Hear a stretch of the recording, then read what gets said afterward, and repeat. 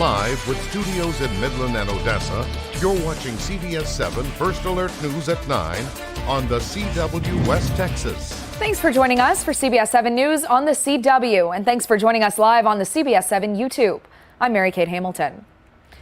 Odessa City Councilman Mark Mata has posted a statement and a video apology after inappropriate text messages that were sent to someone other than his wife came to light. In the statement, Mata says the texts were over a year ago and were a serious lapse in judgment. But he says he feels obligated to share this with his constituents. I am ashamed of my behavior, and I have a lot of work to do in order to regain the trust of my wife and so many people in our community. I do not take this lightly, and I am fully aware that my actions were wrong and can never happen again.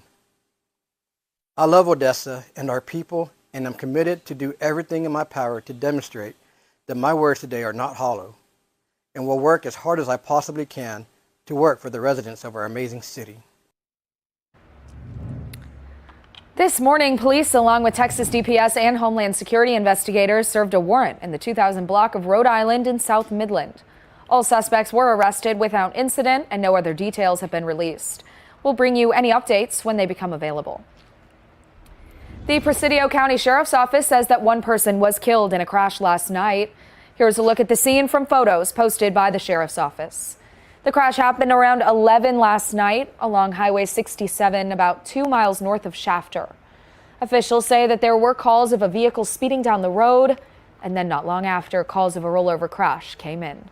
Investigators say that a 40-year-old man from Midland was found dead in the vehicle. The driver missed a curve and then rolled over.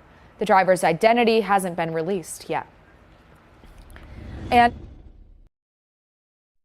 according to Texas DPS, 79-year-old Susan Gano of Riesel, Texas, was killed on Monday in a crash along I-20.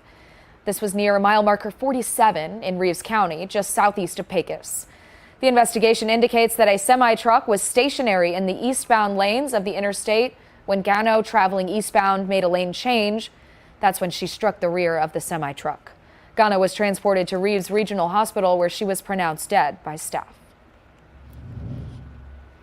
Now, a traffic alert for you. The city of Odessa will be working on Crane Avenue from West 2nd Street to West Pool Road starting Monday. This will take over a year to complete. The city says crews are removing and replacing sidewalks, curbs, and gutters. They'll also be replacing water main lines, fire hydrants, and manholes. Also, new water main valves will be installed. The city says the project is set to be complete in September 2025. The deadly and record-breaking Hurricane Beryl is now heading for the Gulf of Mexico, posing a danger to the Gulf Coast with the risk of life-threatening rip currents for hundreds of miles of the coastline. People in Texas are now being asked to prepare for Beryl's arrival. Brian Abel is tracking the storm and the damage left in its wake. Hurricane Beryl bearing down on Mexico Friday morning, making landfall as a Category 2 near the popular tourist destination of Tulum. The storm surge potentially reaching up to 5 feet above high tide for the Yucatan Peninsula, with up to 6 inches of rainfall. Relief efforts underway, with officials saying half of Tulum's homes lost power during the storm. En este momento, 58 refugios temporales activos con 2,193 personas refugiadas. Tenemos 4 personas que fueron rescatadas porque en su casa estaba inundada.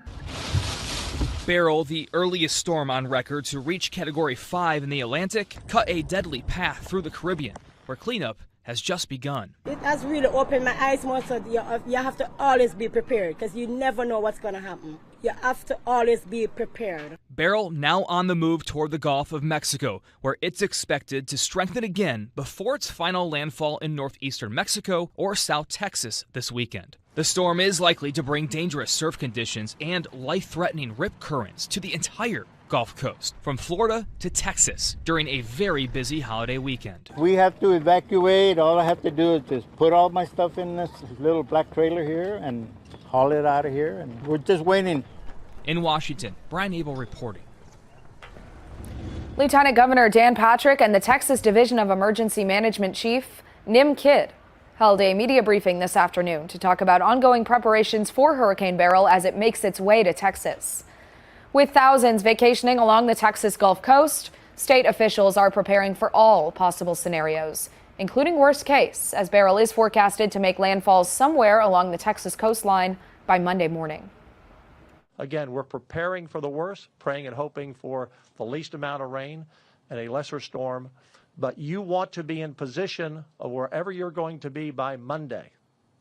Remember, seldom does wind cause death in a hurricane. It's flooding. That's the most dangerous position for someone trying to drive in flooded waters on flooded roads. CBS7 will keep you updated on all the latest as Beryl makes its way to Texas. And some possibility for showers this weekend here in West Texas. Let's check in with meteorologist Sawyer McElroy. Sawyer? Yeah, we saw a little bit of a soggy 4th of July yesterday evening. The good news is we are seeing some improvement across the region for our Friday night. We have had some rain across the area today, though. About 3/10 of an inch here in Odessa today, about 1/100th of an inch at Midland International, about 2/10 of an inch in Lamesa, and about 2/100th of an inch so far today in Presidio. Look at El Paso, though, almost about an inch of rain over there. They have seen some flash flooding in far west Texas. Here's a look at live radar. For the most part, we are starting to see those showers and thunder showers dying down for the majority of us this evening. We are still continuing to see a few isolated showers near the Guadalupe Mountains National Park area, but otherwise quiet conditions for us. Here's a look outside of the skies of Odessa. We do see that cloud cover off to the west, but otherwise not too bad tonight. Those temperatures anywhere ranging from the 70s to the 90s. 79 currently in Midland and Odessa, 80 in Fort Davis, 82 in Terlingua at the present time. Winds anywhere from about 10 to 20 miles per hour, and we are seeing some gusts of region this evening with gusts anywhere from about 15 to 25 miles per hour. As we head through this evening, not going to be too bad, going to be kind of a cool night overnight as we head into our Saturday. We do see those rain chances continuing though for our Saturday, with isolated to scattered showers and thunderstorms possible once again coming up in the afternoon and evening hours. We're looking at a little bit of break coming up on Sunday before those rain chances return for the beginning of the work week. As always, you can download the CBS7 First Alert weather app to stay up to date with the latest weather conditions. Well, despite some weather last night, the show went on at the Star-Spangled Salute in Midland. You can see in this video pretty heavy wind and rain in Centennial Park that we all braved, but people still were able to come out and enjoy live music. This was wind and rain, but earlier in the day, there was a whole lot of heat.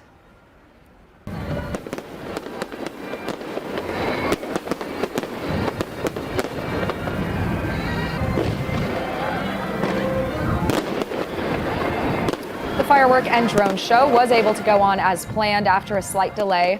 You're seeing that display right now. According to our crew that was there, that would be myself in Centennial Park. Despite the delay in the weather, there were still a lot of people that stuck it out for this amazing fireworks show. And let me tell you, it truly was special.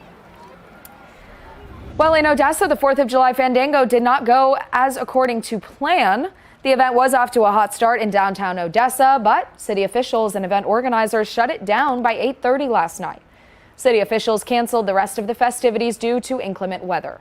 If you were outside in Odessa last night, you know there was lots of dust in the air and very strong winds. With those conditions, the city decided it was too dangerous for the thousands in attendance. The fireworks have been rescheduled for 10 p.m. tonight. We are hoping that those are still going on, but without the musical act Los Lonely Boys. That's not all. The Coahoma Freedom Parade is tomorrow at 10 a.m. The parade is open to anyone who wants to enter. Just meet up for the parade and line up at 9 a.m. at the Coahoma Football Stadium. Cash prizes will be awarded after the parade for the top 3 most patriotic parade entries. After the parade, the Coahoma Lions Club will be selling hamburger meals. Those will be $7, and all of the money will go towards the Coahoma Community Center. Texas Governor Greg Abbott will depart today on an economic development mission to Taiwan, South Korea, and Japan. During the 3-nation trip, the governor will meet with world-class businesses and government leaders to, he says, drive forward progress in industries critical to the future of the global economy. The governor will be joined by his First Lady, the Secretary of State, Jane Nelson, as well as a delegation of department heads, 5 Texas legislators, and 23 Texas business and community leaders. The group is expected to return to Texas July 13th. Still ahead, as temperatures continue to rise, the U.S. Army is sharing tips to stay cool.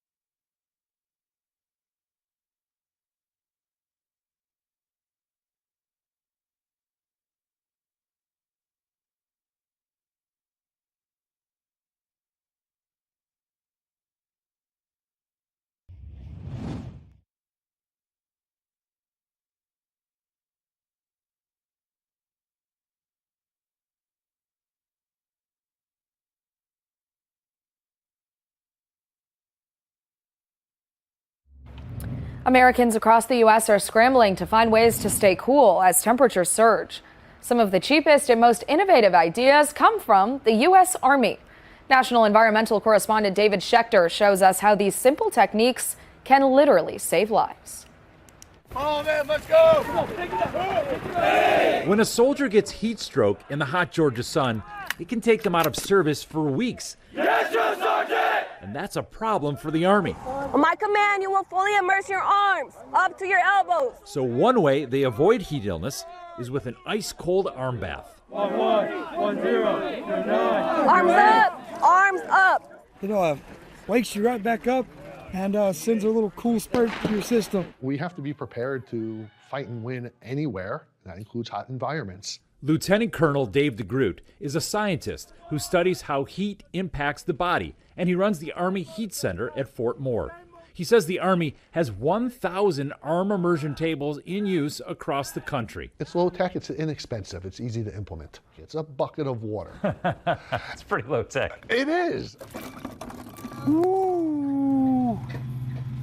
I'm the only one that made a noise the whole afternoon. How is this working? What is this doing right now? But blood is still flowing through our forearms, and that blood is getting cooled and then coming back to our core, so it's just it's a loop. Research shows arm immersion cooling helps prevent heat illness, and depending on how long it lasts, immersion can lower core body temperature by as much as 1 degree Fahrenheit. And since normal body temperature only ranges between about 97 and 100 degrees, 1 degree of internal cooling makes a difference. Feels like it's working. We're getting a little chilly, aren't we? I am cold right now. It's starting to get a little bit numb. It's doing its job. I might not be cut out for the Army. I don't know. Let me get some help. Sometimes prevention isn't enough when heat becomes an emergency. This is a drill for an intervention called ice sheeting, developed at Fort Moore using a cooler, ice water, and bed sheets. The idea is to rapidly cool a severe heat victim on site before transporting them to the hospital. The intent is we want to cover as much surface area on the body as possible. Fresh, cold ice sheets get swapped in every 3 minutes until an ambulance arrives. Have you ever had to actually do that to a patient? Yes. How many times have you done that? Probably more than 10. And ice sheeting is effective. In 2019, before ice sheeting at Fort Moore, there were 95 cases of heat stroke. In 2022, after ice sheeting began, it was down to 35 cases. Solutions to keep the Army moving that are cheap, fast, effective, and on a hotter planet, more urgently needed than ever. As the climate changes and gets warmer, how do these things become more important? As it's getting warmer out, it's going to be harder and harder for people like Drill Sergeant Meza and all of our instructors out here. It's going to get more challenging. David Schechter, CBS News, Fort Moore, Georgia. It was cooler for parts of the region today. The good news is we are going to see those rain chances continuing along with that cooler weather as we head into our Saturday. More details and what to expect coming up next.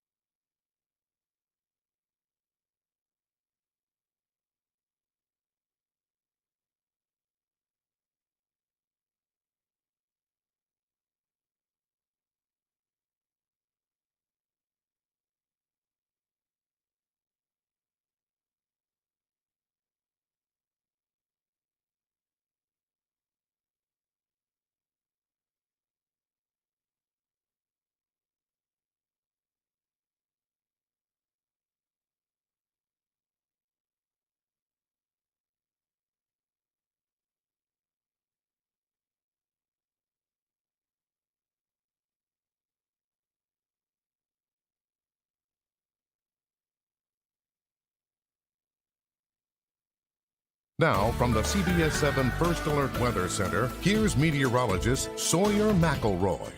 Good evening and happy Friday, everybody. We are seeing improvement in the rainfall today, but we have seen some showers and thunderstorms across the region once again for the end of the work week. Odessa recorded about 0.3 of an inch of rainfall, Midland International Airport about 1/100th of an inch, La Mesa about 0.2 of an inch, and Presidio currently at about 2/100ths of an inch. The rain in Midland and Odessa came early this morning at about 3-4 a.m., but we are still continuing to see some showers and thunder showers across portions of the region this evening. The good news is most of the activity has kind of started to dissipate as the sun is going down. Here's a look at our observed highs across the area. Not sure if this is correct. I don't think Midland got up to 101 degrees or Big Spring, but temperatures across the area 70s, 80s, and 90s. 77 in La Mesa for today, 86 in Odessa, 90 in Marfa, 97 in Presidio. Here's a look outside of the skies of Odessa where those fireworks are still currently expected to go off in about an hour, so much improved over what we saw last night.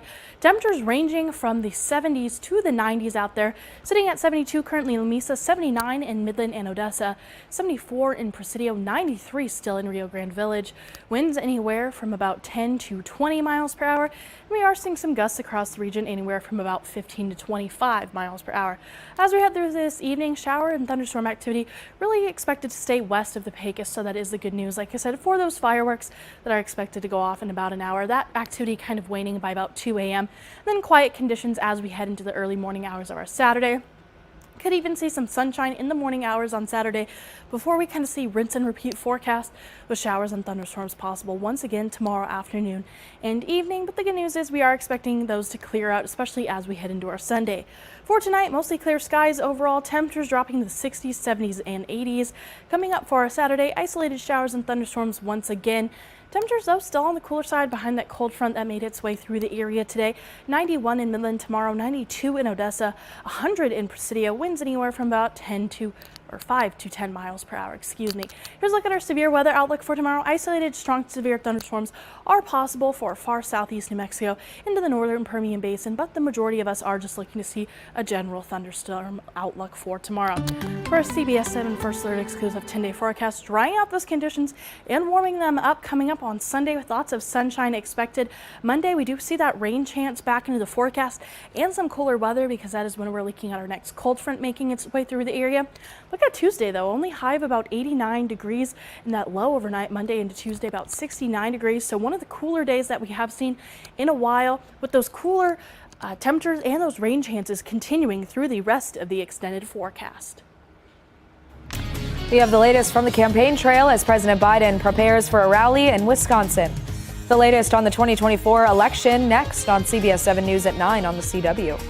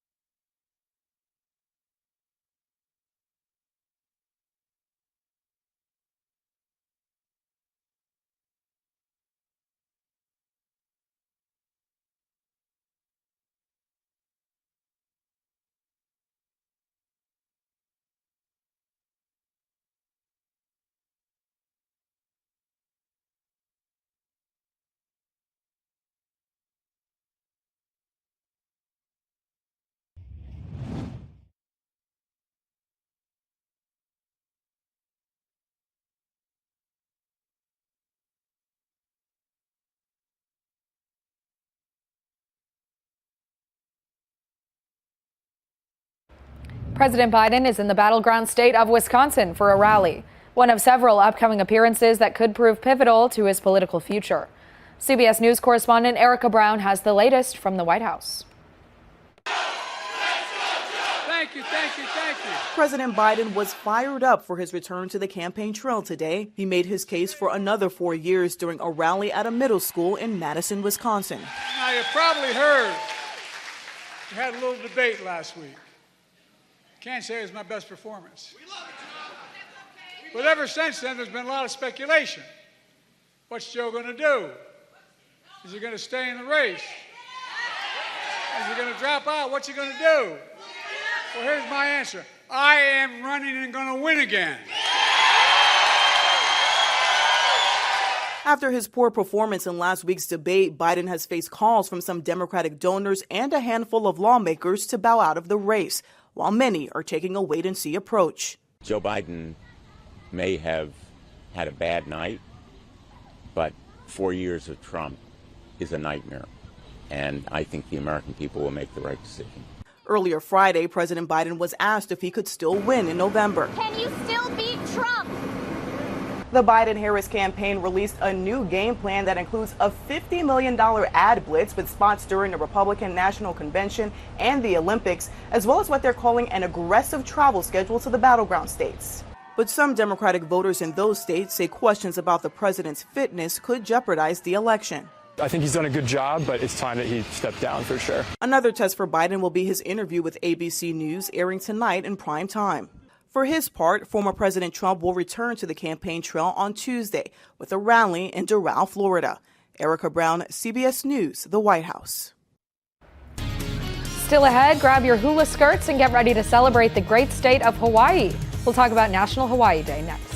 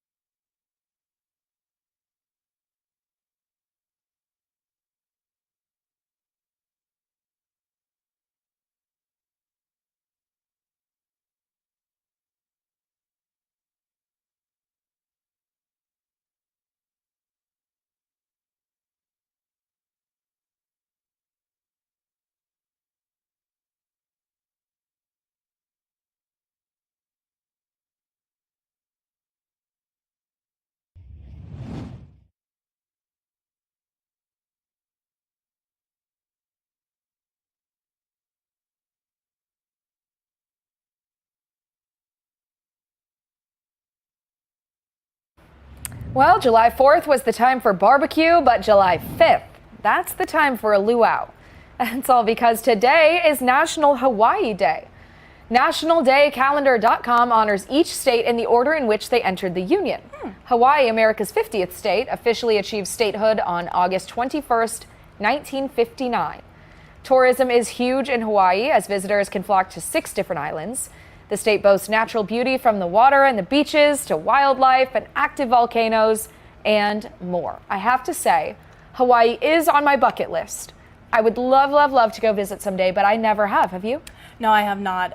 My parents have both been. They were actually going to go on a cruise this year, but they were going to go to Lahaina, as you know, had those wildfires earlier in the year. So they had to cancel that, but I would definitely love to go to Hawaii as well. Absolutely gorgeous. Love the beaches, the volcanoes. Let's go together, Sawyer. Sounds good. We'll We'll just have hop to on a save plane up tonight. Yeah, we'll have to save up for a couple months, but we can do it.